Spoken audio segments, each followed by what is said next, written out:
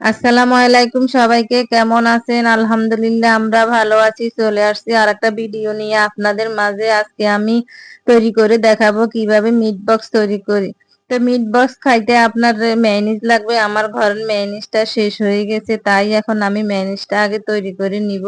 তো মেয়োনিজ তৈরি করার জন্য প্রথমে 2টা সিদ্ধ ডিম দিয়েছি, তারপরে কয়েক পিস রসুন দিয়েছি, তারপরে আপনার গোলমরিচ দিয়েছি, তারপরে পরিমাণ মতো কিছু লবণ দিয়েছি। লবণটা একটু ভেবে চিন্তেই দিব, কারণ সয়া সসে লবণ আছে।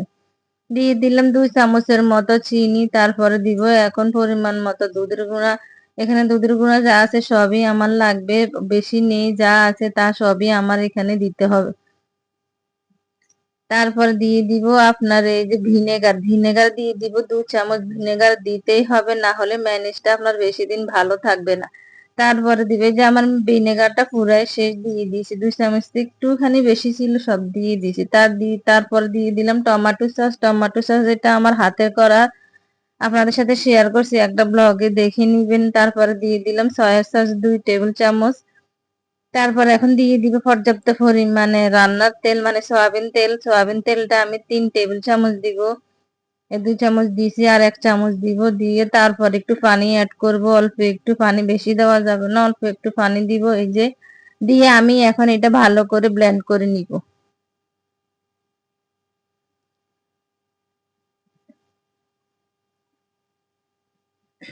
তো আমার এখন ঢাকনাটা লাগিয়ে দিয়েছি, এখন ব্লেন্ড করে নিবে। যে দেখেন ব্লেন্ড করা হয়ে গেছে। এই যে আমার মেয়োনিজের ফাইনাল লুক, অনেক মজা হয়েছে। মেয়োনিজটা খেতে এইভাবে করে দেখবেন, বাহিরের মেয়োনিজের চেয়ে ঘরের মেয়োনিজ এভাবে তৈরি করবেন, অনেক মজা হয়।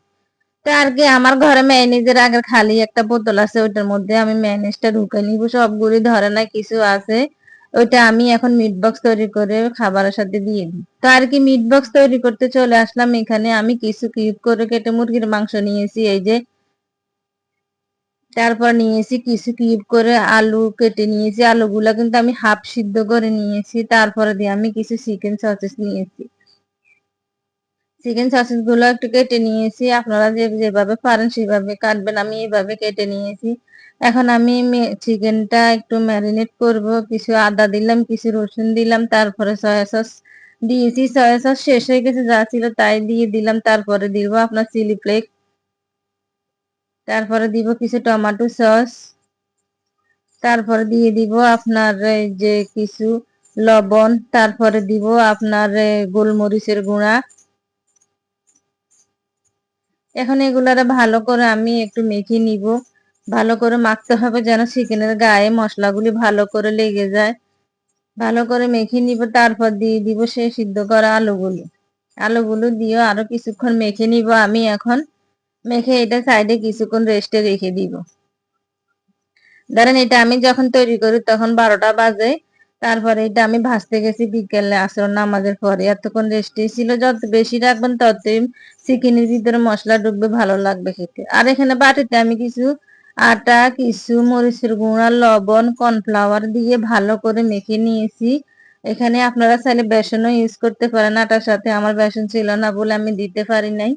তারপর আমি চিকেন গুলারে এখন সব গায়ের মধ্যে আটা লাগিয়ে নিব। নিয়ে আমি এখন প্লেটে রেখে দিব সবগুলা। এভাবে আমি আলুগুলোর গায়ে আটা লাগাই নিব। তারপরে দিয়ে যে লাগানো শেষ, এখন আমি এগুলা তেলের মধ্যে ভাজবো। তেলটা আমি আগেই বসাই দিয়েছি, তেলটা গরম হয়ে গেছে। এখন আমি এক এক করে সেই চিকেনের পিস গুলা দিয়ে দিব। তাই আর কি, এই যে চিকেন গুলা আমার প্রথম চিকেন গুলা ভাজা হয়ে গেছে। এখন আমি আবারও কিছু চিকেন ভেজে নিব একসাথে, তার সব দেওয়া যায় না। চিকেন এখানে অনেকে আছে খারাপ না। তো তারপরে দিয়ে এখন দিয়ে দিব চিকেন গুলি, আবারও দিব চিকেন। এইভাবে আমি সবগুলা চিকেন ভেজে নিব। আর এইভাবে সবগুলা চিকেন গায়ের মধ্যে আমি ফোল্ড করে নিয়েছি আটাগুলি।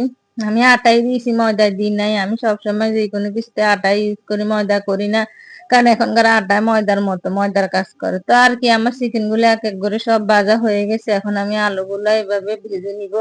তবে এখানে আর একটা কথা বলে রাখি, আলু আর চিকেন গুলা ভাজছি তখন পুরোপুরি ভাজি নাই। ধরেন আমি 80% 80% ভাজছি আর 20% পরে আবার ঠান্ডা করে আবার ভেজে নিব, তাহলে খাইতে আপনার অনেক ক্রিসপি হবে। তো আলুগুলা ভাজা শেষ, এখন আমি চিকেন সসেস গুলা ভেজে নিব। এই চিকেন সসেস বেশি ভাজার দরকার নেই, হালকা একটু ভেজে নিলে হয়ে যাবে।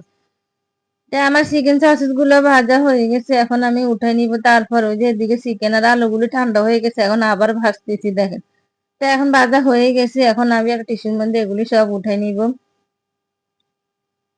এক এক করে সব উঠে নিব। তো শেষ, সব ভাজা হয়ে গেছে, এখন আমি তৈরি করব মিট বক্স। তা ওদের টিচার আসছে, টিচারের জন্য নাস্তা রেডি করতেছি, আর মিট বক্সটা আপনাদের সাথে শেয়ার হয়ে গেল। তো প্রথমে কিছু আলু দিলাম, তারপরে দিলাম চিকেনের পিস, তারপরে দিব চিকেন সসেস, তারপরে দিব আপনার সেই তৈরি করা ম্যানিসটা উপরে দিয়ে একটু দিয়ে দিব। এই যে ম্যানিসটা সত্যি অনেক মজা হয়েছে খেতে, স্যারও খেয়ে প্রশংসা করছে, যে বলছে, ওরা বলছে মনে হয় আমি যে হাতে তৈরি করছি। তারপরে যে আবারও ম্যানিস দেওয়ার পর আবারও চিকেন দিব, আলু দিব, তারপর আবারও চিকেন সসেস দিব, দিয়ে তারপর আবারও ম্যানিস দিব, এতে উপরে দিয়ে আরো একটু ম্যানিস দিব, দিয়ে তারপরে আবার একটু সস লাগিয়ে দিব। দিয়ে সসটা না দিলেও হবে, এটা সুন্দরের জন্য আমি দিয়েছি। তো আর কি, আজকের ভিডিও এখান পর্যন্ত। আমার মিট বক্সটা কেমন হয়েছে সবাই কমেন্টস করে জানাবেন। সবাই ভালো থাকবেন, সুস্থ থাকবেন। সবাইকে আল্লাহ হাফেজ।